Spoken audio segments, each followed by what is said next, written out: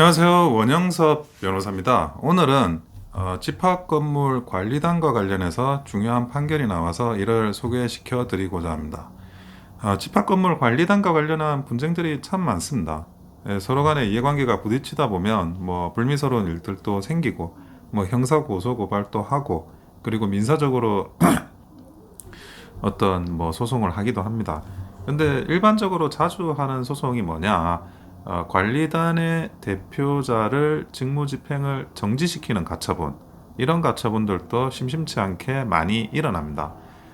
이 직무집행을 정지시키는 가처분이 되면 직무대행자를 법원이 이제 선정을 하게 되는데요. 그 직무대행자가 보통은 이제 변호사로 선정이 되는 경우가 많습니다.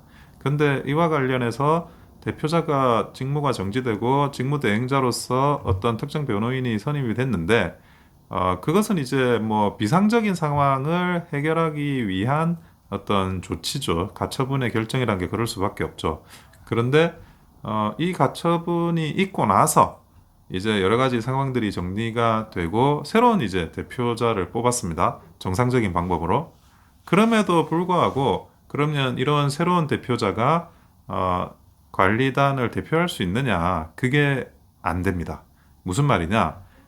이 가처분을 통해서 직무대행자가 선임이 돼 있다고 한다면 그 직무대행자가 스스로 내려오지 않는 이상에는 새로운 그 대표자가 구분 소유자들에 의해 가지고 선출이 된다 하더라도 그 새로운 대표자는 대표권을 가지지 못해요.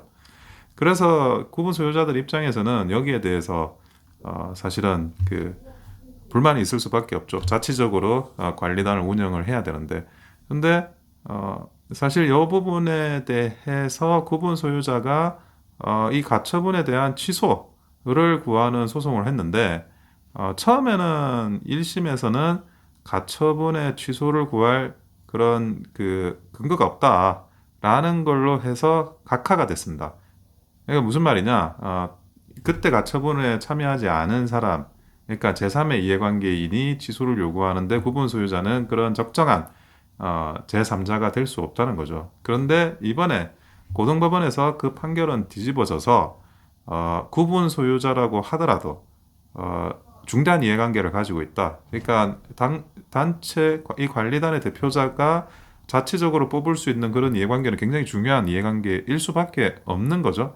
그래서 사정 변경 등을 인정을 하고 이런 구분 세대 소유자의 그런 가처분 신청도 적합하다. 그러니까 가처분 취소 신청, 기존의 직무집행 정지 결정과 직무대행 선임에 대한 결정을 취소를 구할 적법한 당사자가 구분 세대 소유자가 된다라는 판결을 내렸습니다.